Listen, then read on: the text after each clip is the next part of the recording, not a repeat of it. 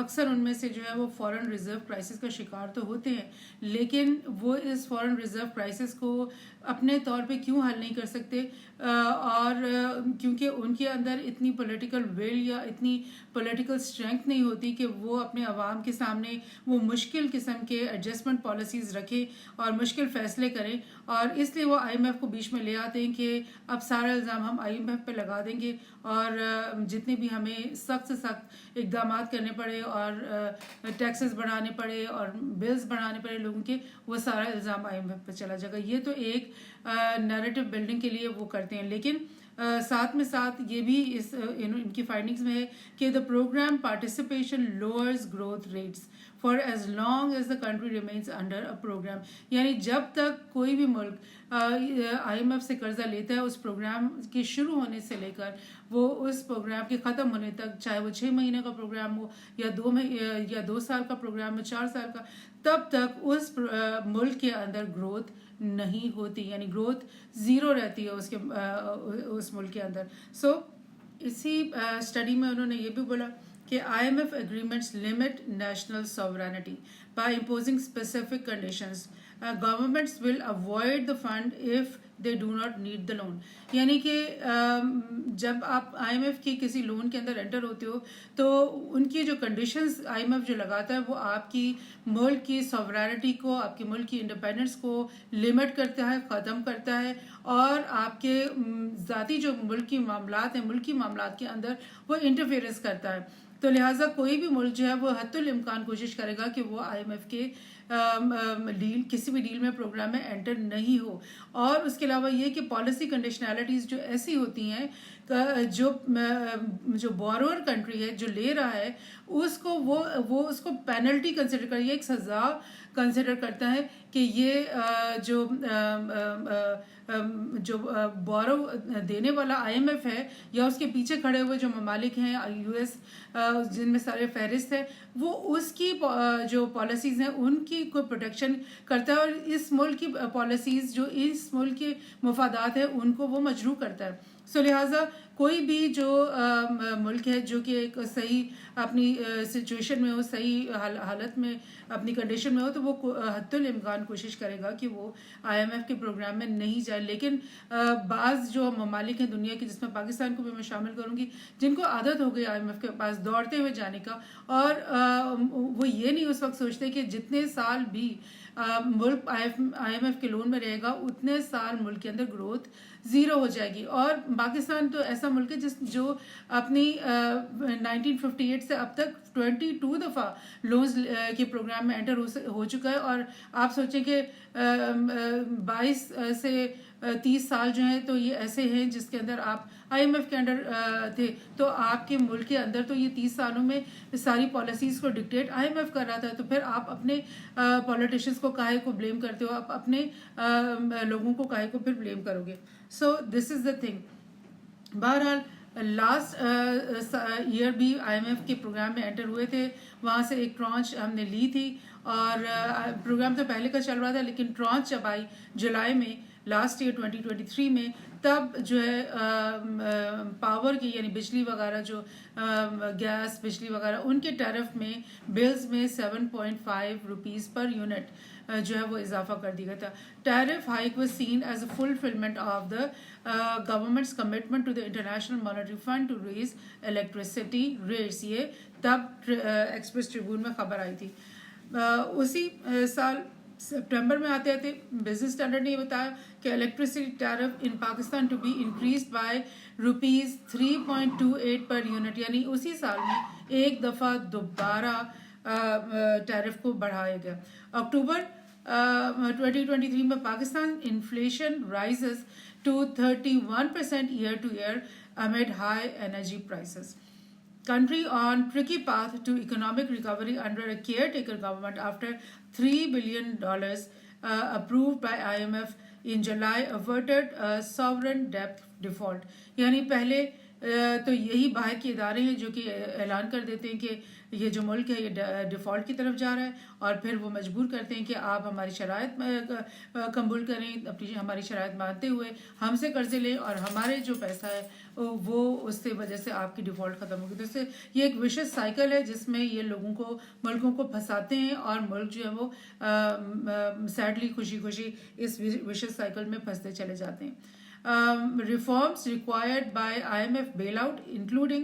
easing of import restriction and demand that subsidies be removed, have already fueled annual inflation which rose record 38%۔ یعنی آپ سوچیں کہ IMF جو بیل out کروا رہے ہیں تو وہ پہلے کہہ رہے ہیں کہ امپورٹ جو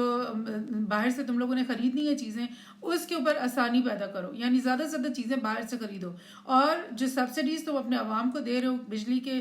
بل میں، گیس کے بل میں، کسی اور بھی فوڈ آئٹمس میں، وہ ساری سبسڈیز ختم کر دو۔ یعنی مہنگی چیزیں باہر کے ہمارے ملکوں سے خریدو بھی، اور اپنے جو ملک کے عوام کو سبسڈیز دے رہے ہو وہ بھی ختم کرو۔ تو آپ دیکھیں کہ عوام کا پھر حال کیا ہوگا، اور کیسے ان کو ہر چیز مہنگی خریدنے پہ مجبور کیا جائے گا۔ Interest rates have also risen to highest at 22%, and the rupee hit all-time low in August۔ Last podcast میں بھی میں نے آپ کو بتایا تھا کہ جب انٹرسٹ ریٹ 22% ہوں گے تو کس طرح سے جو ملک کے اندر جو اقتصادی جو اکنامک جو پہیہ ہوتا ہے وہ کس طرح جام ہو جائے گا، اور کس طرح سے ایک اسٹیگننسی آ جائے گی ملک کے اندر، بیکاز اتنی بڑی پرسنٹیج پہ نہ تو نئی انڈسٹریز جو ہے وہ بینکوں سے لون لے کے نئی انڈسٹریز شروع کر سکتے ہیں، اور نہ ہی جو بزنس مین ہے وہ کسی بھی قسم کا رسک لیں گے۔ تو آٹومیٹکلی پہلا یہ جو پرسنٹیج انٹرسٹ ریٹ کا بڑھانے سے کیا ہوگا کہ آٹومیٹکلی آپ کے ملک کی گروتھ جو ہے وہ نیچے کی طرف آ جائے گی۔ سو 2024 میں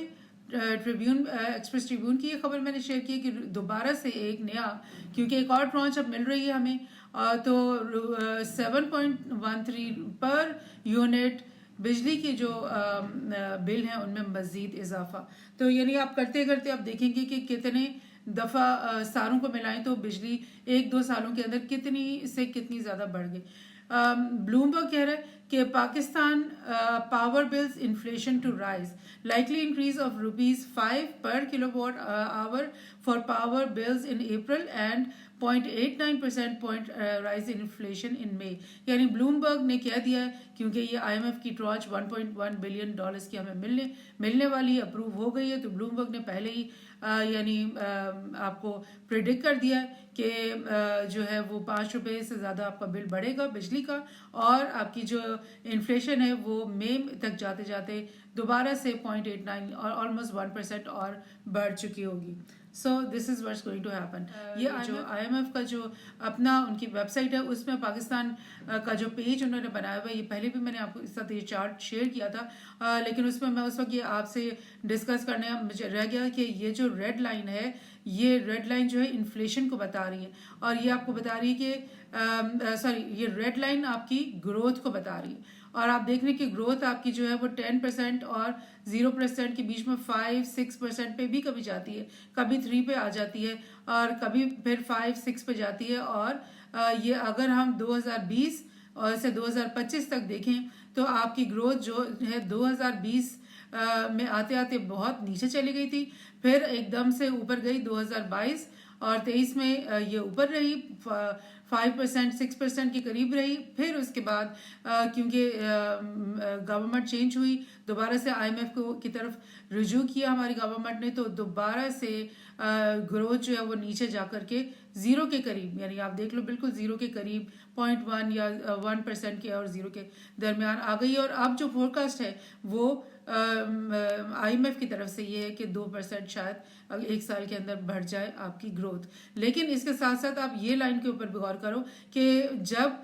گروتھ نیچے جاتی ہے تو انفلیشن اوپر جاتی ہے، جب گروتھ یہاں سے نیچے گئی تو انفلیشن کیسے اسکائی راکٹ کر کے اوپر گئی، یعنی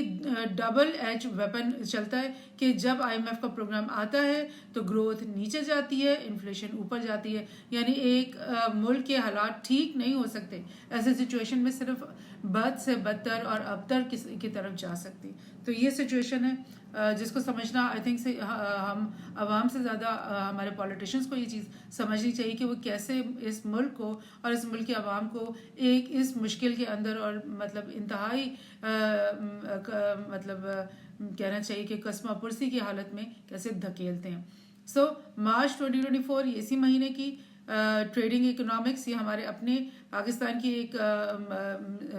اسٹیٹسٹک جو بیورو پاکستان کا ہے اسی کی ایک یہ ویب سائٹ کا حصہ ہے ٹریڈنگ اکنامکس. وہ کہہ رہے ہیں کہ کنزیومر پرائس انڈیکس جو ہے پاکستان میں وہ 260 پوائنٹس انکریز ہوئی ہے فیبری میں، جبکہ جنوری میں 259 تھی، یعنی ایک مہینے میں 1% انکریز ہو گئی ہے. اور انہوں نے بولا کہ consumer price index in Pakistan average 90 points from 2001 until 2024, reaching all-time high 260 points in February 24. لیکن اب 2024 تک آتے آتے، یعنی اس 24 سال کی اینڈ تک آتے آتے ہم نے، کیونکہ آئی ایم ایف کے پاس دوبارہ ایک دفعہ چلے گئے ہیں اور ہم نے 1.1 بلین ہی نہیں بلکہ ہم ایک خبر کے مطابق 6 بلین مانگ رہے ہیں اس وقت ہم آئی ایم ایف سے. تو اس کے بدلے میں انہوں نے ہم سے یہ جو کنڈیشنالٹیز چالی ہیں اس کے وجہ سے 260 پوائنٹس پہ اسکائی راکٹ کر کے انفلیشن چلی گئی. سو بہت ہی تشویشناک ہے یہ سچویشن. یہ کوئی مذاق کی بات نہیں ہے جس سے ہم غافل ہو کے بیٹھے رہیں. Everybody should be informed about this, everybody should be concerned about this. اور یہ چیزیں ہیں جن کے لیے ہمیں اپنی پولیٹیکل ول، اپنا ہمارے جو لیڈرز ہیں ان کو اپنا پولیٹیکل ول اور پولیٹیکل کیپٹل استعمال کرنا چاہیے تاکہ ملک کو اس طرح کی تشویشناک حالت سے جلد سے جلد نکالا جا سکے. Thank you.